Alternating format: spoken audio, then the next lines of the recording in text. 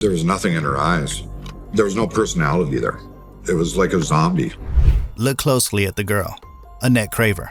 At first glance, she seems like any other teenager, but her eyes hold a secret. Something changed after her trip to California. Unbeknownst to her mother, Mary Rose, Annette tied the knot with a sinister figure, Felix Vail, a cult leader and serial killer.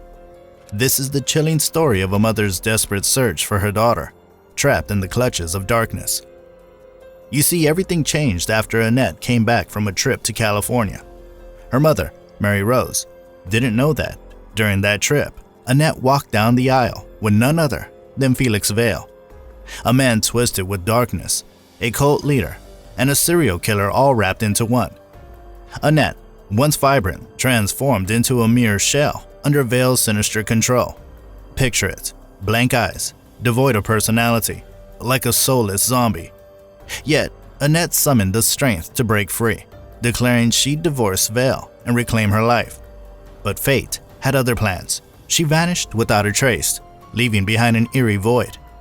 Frustrated by the apathy of local authorities, Mary Rose, fueled by a mother's determination, took matters into her own hands, launching a relentless investigation. And that's when things get downright bone-chilling. September 8, 1981, Houston, Texas. It was the end of summer, but the beginning of a dark tale.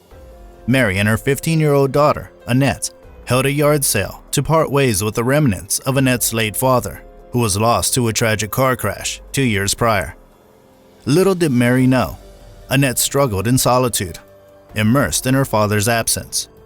A solitary soul, Annette turned to creative outlets, poetry, drawing, and even picking up the guitar. Yet Mary sensed an unsettling solitude, a void that gnawed at her. As Annette grappled with her father's loss, a sinister figure entered the scene. Felix Vail, a 40-year-old man, charming on the surface, but harboring darkness within. Unbeknownst to Mary, Vail, much older than herself, insidiously wormed his way into Annette's life during the yard sale. Mary, preoccupied with financial woes, sought work in Oklahoma, leaving Annette in the care of a friend. A decision she'd later regret as Vail got closer to her daughter. Annette's letters hinted at Felix's visits, but the true horror unfolded when Mary learned of the intimacy between them. With Mary away, Felix manipulated Annette into a road trip post-graduation, while Mary unknowingly saved for a house to reunite with her daughter. The devastating revelation of Annette's departure shattered Mary's dreams. Desperate, Mary tried reaching Annette for a year, receiving sporadic letters from different locations. Then came the dreaded call. Annette sought approval to marry Felix in California. Fearing estrangement, Mary reluctantly gave her blessing, unaware of the monster Felix truly was. Annette's subsequent letters revealed a nightmare, Felix's controlling behavior, and a forced illegal abortion. Eventually, Annette found the strength to escape Felix's clutches, returning to Mary, but the damage was done. Annette, a mere shell, bore the scars of Felix's manipulation. The chilling images of her intense gaze spoke volumes, a reflection of the torment she endured.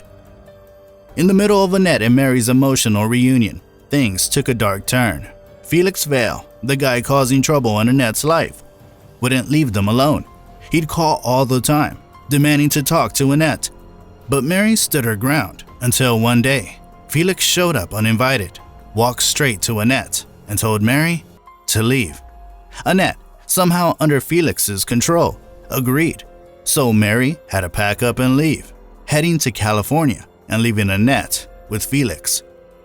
Annette, now 18, and with some money from her late dad, did something unexpected. Instead of using the money for herself, she gave it all to Felix, and even put the house in his name.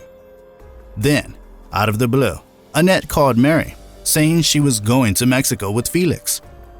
Worried sick, Mary reported her missing, but the police didn't take it seriously. They believed Felix's lies. 7 long years passed, and Mary couldn't bear the uncertainty.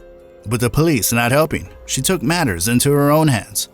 Armed with what little she knew about Felix's family, she went on a trip to meet Sue Jordan, Felix's sister. The meeting revealed a bombshell. Felix had a previous wife named Mary Horton Vail, who died mysteriously. Digging deeper into Felix's past, Mary found Will Horton, Mary Horton Vail's younger brother. He shared a heartbreaking story. Mary Horton, just like Annette, faced control and violence from Felix. After having a son, Bill, things got worse. Mary Horton tried to leave Felix, but tragically, she died under suspicious circumstances during a fishing trip with him. Authorities suspected Felix's involvement, especially since Mary Horton's body showed signs of a violent struggle. Gagged with a scarf, a severe head wound, and blood on her clothes, it all pointed to murder, not an accident. The pattern of control, violence, and death is repeated in both Mary Horton's and Annette's stories, exposing Felix Vail's true nature. In a shocking twist, despite suspicions and Felix Vail being a prime suspect, the coroner dropped a bomb. The death was ruled an accidental drowning. This ruling abruptly halted the investigation, leaving everyone stunned. Mary Rose, already grappling with Annette's mystery, now faced a double blow, realizing Mary Horton's case suffered the same fate. Fueled by rage, she refused to let it end there, vowing to seek justice for both women. Frustrated by the lack of concrete evidence, Mary Rose discovered a potential lead from Mary Horton's brother. He received calls from people searching for Sharon Hensley, Felix's next girlfriend, who vanished under mysterious circumstances. This revelation ignited Mary Rose's determination, propelling her on another journey, this time to Bismarck, North Dakota, to meet Sharon's brother, Brian Hensley. Brian fondly remembered his sister Sharon, a free spirit drawn into Felix's charm during the late 60s. Felix, adopting a hippie lifestyle, turned from a wandering preacher to a leader of a personal cult. The idyllic journey turned sour as Felix's violent behavior escalated. Trapped and scared, Sharon bid farewell to her family, recognizing the danger she faced with Felix. Despite Sharon's mother sensing the peril in her voice, the authorities failed to act promptly. The family received a letter from Felix, claiming Sharon left for Australia with strangers. Unconvinced, they filed a missing person report, but the police did little for over a year. The situation changed only when an old arrest report surfaced, revealing the forced involvement of Mary Horton's son, Bill, in Felix's dark activities. Bill, who endured years of abuse, finally escaped and sought help. This led to Felix and Sharon's arrest for child endangerment. Mary Rose, realizing Bill held crucial information, journeyed to Kansas to meet him. Despite initial hesitation, Bill courageously confirmed her worst fears, recounting a chilling conversation he overheard when he was 8. The web of deception, control, and violence woven by Felix expanded with each revelation. Bill's testimony against his father during their arrest became a vital piece in this intricate puzzle. Despite their arrest for child endangerment, Felix and Sharon were released after 3 months, continuing their travels. Bill, adopted by his grandparents, lived in perpetual fear that Felix might return. When Felix reappeared 5 years later, claiming to see his son, Bill sensed something amiss as Sharon was absent. Bill's life became a constant struggle, fearing retaliation if he exposed Felix's secrets. Yet, Mary Rose's relentless pursuit of justice resonated with him. Both sought closure for their loved ones, Bill for his mother, and Mary Rose for Annette, Mary Horton, and Sharon. Bill, battling cancer, ensured his testimony was recorded before his 2009 passing. Mary Rose, armed with testimonies from the Hortons, Hensleys, and Bill, believed she had a case against Felix. However, attempts to reopen the cases with the FBI failed due to budget cuts. The cold response left Mary Rose disheartened, yet undeterred. In 2011, a radio segment about an investigative reporter solving cold cases inspired Mary Rose. She contacted Jerry Mitchell, the reporter behind the Mississippi burning case resolution. Despite the complexity of Felix's case, Mitchell's interest was piqued. Learning Felix had returned to Mississippi, Mary Rose and Mitchell embarked on a journey to confront him. Their destination was a remote trailer park beside the remains of a burned house. Suspicious of potential risks, Mary Rose, now 64, cared only for the truth. Inside Felix's dwelling, a startling discovery unfolded: religious texts and an array of weapons.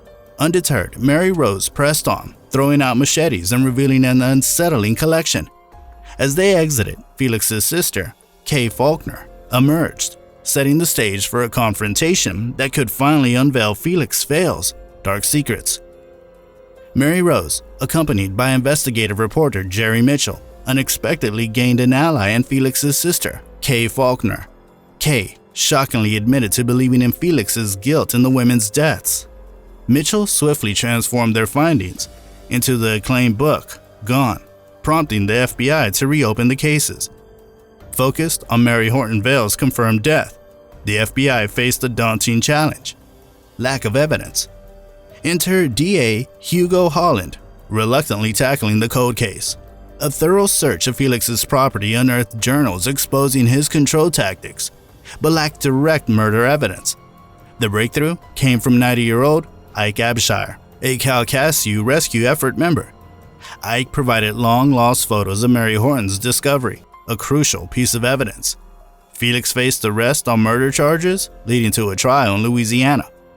Witnesses including Mitchell, Mary Rose, Will Horton, Brian Hensley, and Ike presented compelling testimony.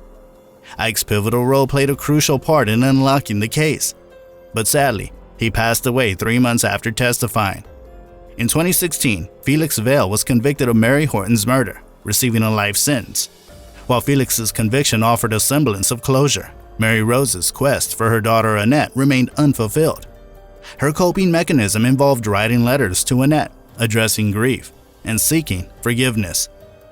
But despite enduring heartbreak, Mary Rose remained a resilient force in the pursuit of justice, an unwavering beacon against decades-long adversity. Vail received a life sentence for Mary's 1962 murder, making the oldest solved cold case in U.S. history, and is serving time in Angola. Now, what do you think about this story? Do drop your thoughts below, and we'll be back with another file.